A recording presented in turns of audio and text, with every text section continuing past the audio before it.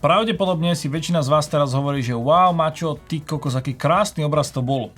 Ak by si to náhodou aj nehovoril, tak to nevadí, ja ti aj tak ukážem, čím to bolo točené.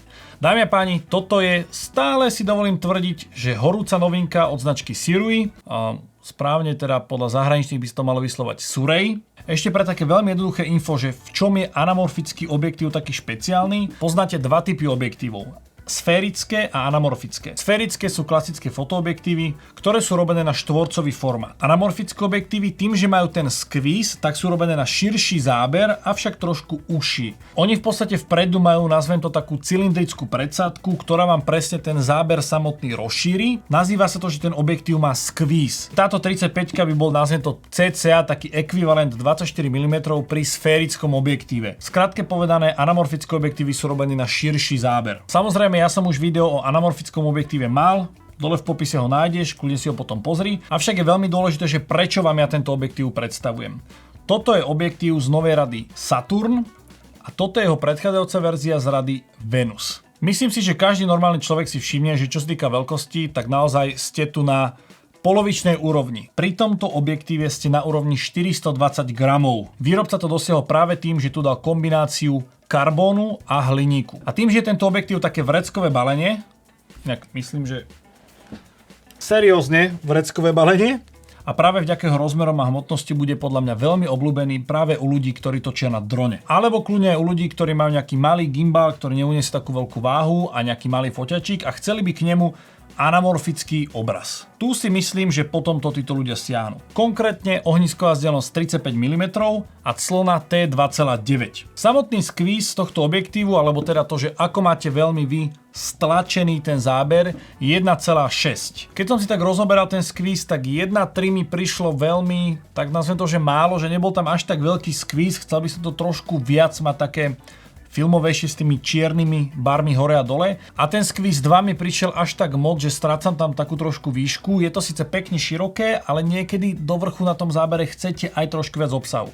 Čiže preto 1.5, tu konkrétne 1.6 mi prišiel ako taká optimálna možnosť. Čo sa týka mountov, máte tu k dispozícii v podstate všetky mounty, ktoré existujú okrem PL mountu, čo je možno trošku pre mňa škoda, ale nevadí. Čiže dáte to na Sony, na Canon, na Nikon, na Panasonic, v podstate na čokoľvek. A keď tento objektív predstavovali, tak ja som sa na neho tak pozeral, že OK, toto máte full frameový anamorfický objektív. Nebude toto náhodou iba na Super 35 alebo APS-C čip, že naozaj to v takejto veľkosti dokáže zmestiť na full frameový senzor? A áno, výrobca spravil tieto objektívy, ktoré sú kompatibilné aj s full frameovým senzorom. Či tie také štandardné najväčšie senzory, ktoré môžete mať, tak tento objektív je s nimi kompatibilný. Čo sa týka preostrovacej vzdialenosti, ste na úrovni 0,9 metra. Tu si treba to povedať tak, ako to je. S týmto detailné zábery neurobíte. Na takmer metrovú vzdialenosť spraviť nejaký detailový záber sa týmto objektívom vám nepodarí. Samozrejme aj na toto je riešenie, ktoré je podľa mňa na úrovni takých $30 plus minus, a to je diopter. Diopter je také špeciálne sklíčko, ktoré vy namontujete sem dopredu a viete znížiť túto vašu minimálnu preostrovaciu vzdialenosť. Čiže dajme tomu, viete sa dostať na polovičnú vzdialenosť. A to už znamená, že viete to preostriť na 45 cm. A s tým sa už dá lepšie vyhrať. Pri tomto objektíve máte ešte dve možnosti, ktoré si vy viete konfigurovať pri tej kúpe. A to je, že aký flare bude mať tento anamorfický objektív. Anamorfické objektívy majú ešte takú typickú charakteristiku, že ak máte nejaký zdroj svetla, tak z toho zdroju svetla máte výraznejší flare, ktorý je zároveň horizontálny. Pri tejto predchádzajúcej verzii bol ten flare modrý. To znamená, že akýkoľvek zdroj svetla ste vy mali, tak mali si tam taký ten typický filmový modrý horizontálny flare. Avšak za mňa osobne je to super, keď ste v interiéri alebo máte nejaké nočné zábery. Ale keď chcem ja použiť tento anamorfický objektív cez deň a svietilo by tam silno slnko a zo slnka, ktoré je žlté, by som mal modrý flare, tak mi to príde také trošku, že neprirodzené, umelé a nechcem to tam. Pri tejto sérii Saturn vám dal výrobca na výber medzi modrým flérom a neutrálnym flérom. Ten neutrálny znamená, že ten flare je takej farby, akej farby je zdroj vášho svetla. Ak máte ten zdroj červený, máte tam červený horizontálny flare. Ak ten flare máte zelený, opäť zelený horizontálny flare. A tento konkrétny kus som si ja vybral práve v tom neutrálnom flare. Ja som si tento objektív vybral s RF-kovým mountom, čo znamená iba jednu vec. Idem s tým točiť na redke.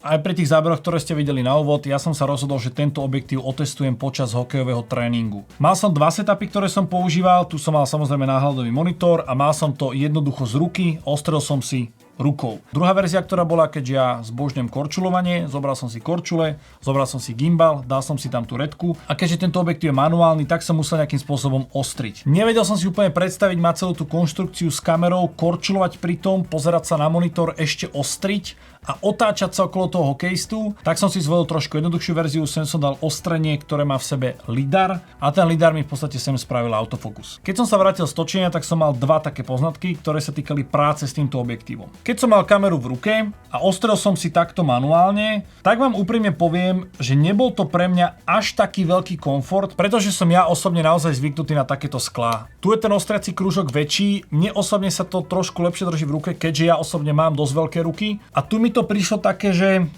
však to aj môžete vidieť, že ten objektív je naozaj veľmi maličký. Na jednej strane je veľmi kompaktný pre ľudí, ktorí točia na gimbale alebo dronové zábery, pretože tá váha a rozmery sú v podstate to, prečo si ho drvivá väčšina ľudí bude kupovať. Nebol to za mňa osobne úplný komfort. Je to môj subjektívny názor, niekto by možno protirečil, že jemu to tak vyhovalo. Vravím, ja som zvyknutý na väčšie objektívy, pre mňa to bol taký nezvyk, by som to nazval. A čo týkalo práce na gimbale, tak tu si myslím, že toto ostrenie je až trošku moc tuhé. Nie je to také, že naozaj sa musím zapierať, aby som to preostril, ale videl som, že ten lidar motorček, ktorý používam, sem tam prešmykol. A niekedy musel naozaj veľmi rýchlo preostrovať, keďže ja som sa hýbal k hokejistovi a hokejista sa hýbal ku mne. Stalo sa, že asi 2-3 krát ten motorček proste prešmykol a už to bolo neostré. Samozrejme to môže byť spôsobené aj tým, že ten objektív je úplne nový a použil som ho teraz prvýkrát, takže to ostrenie naozaj ešte tuhé. Ono sa to časom, nazvem to, že trošku tak ustáli a vybehá a bude to trošku mäkšie. Neberiem to osobne ako mínus, avšak vám dávam taký feedback, že aj toto sa vám niekedy s novými objektívmi môže stať. Na tomto predtým objektíve, keďže som s tým už viackrát točil, tak je to také mäkšie. Stále je to pevné, že sa vám to nepretáča, je tam taká dobrá odozva, ale je to proste mäkšie ako pri tejto novej verzii. Ale čo sa týka obrazu, nemôžem tomuto objektívu v podstate nič vytknúť. Ten obraz je krásny, ten squeeze je tam proste pekný. Aj tá ostrosť má takú špecifickú charakteristiku, také trošku rozmazanie na bokoch, že naozaj dáva vám to taký ten filmový efekt, na čo v podstate je tento objektív aj určený. A za cenovku 1300 € cca, ak sa správne pamätám, dostanete podľa mňa výborný pomer cena výkon. Naozaj si osobne myslím, že skôr po ňom siahnu ľudia, ktorí budú chcieť takýto obraz na drone alebo na gimbale, ale nemyslím si, že sa u niekoho stratí, kto by ho chcel dať, dajme tomu, na foťak a točiť. Ja vám ďakujem veľmi pekne, že ste toto video dopozerali až sem. Ďakujem aj značke Focus Nordic a značke Surej.